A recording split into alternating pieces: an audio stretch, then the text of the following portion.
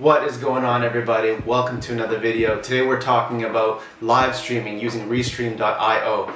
I'm going to tell you about what I learned from my first live stream, and I give you my 5 tips on how to make your next live stream look and feel like a professional. Here we go.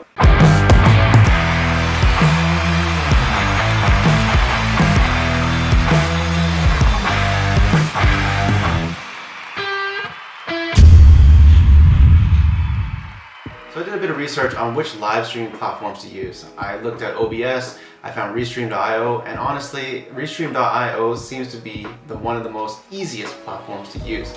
You link it up to all of your Facebook, YouTube, Twitch, whatever platform it is that you're on, and it sends all the signals to all those platforms at once. So really, it's a pretty easy choice. The free account is more than enough to actually give you all the capabilities you need to stream to many platforms at once, especially if you're getting started on live streaming. So my first tip for you would be to actually test out the tech. What I wanted to do was just go for it. I had no clue how to use Restream. I did a bit of research, watched a couple YouTube videos, but really it was nothing like doing it live while I was speaking to my podcast guest, which if you haven't already, check out the episode right here with Laura Beauparlant. There were a couple times within the live stream that I pressed the wrong buttons, so I would either lose the audio, lose my feed, have this split screen effect that really didn't look so flattering, and now I know what I did wrong. But I'm telling you now, make sure you navigate it. You can go into this awesome studio thing called Live Stream Studio, where you can see what it would look like if you were to emulate it on a live stream platform, and it would be pushed out to all the platforms that your account is linked up to. So go in there, share a screen, create 2 screens, invite a person to a call, and mess around so that you know what each button can do and which ones you need to press at what time. Second thing that I learned was that YouTube loves live streams. I was amazed at how many views were coming from this live stream. I think within 4 days, I managed to get over 200 views, which was a phenomenal, whether it be the SEO or the description or the tagging best practices that I use.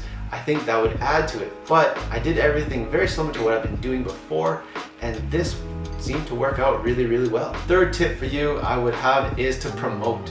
If you're going live streaming, you want to create an event and make sure that people know about it so that they can come. What I did was I promoted on Meetup, Facebook, LinkedIn, Instagram. I also sent out emails to my contacts letting them know that, hey, this is a really great opportunity. I'm gonna have an awesome podcast guest come on my show, and if you don't want to miss it, here's the link to the YouTube live feed. Fourth tip I have for you is more so for people who have podcast guests coming onto their shows.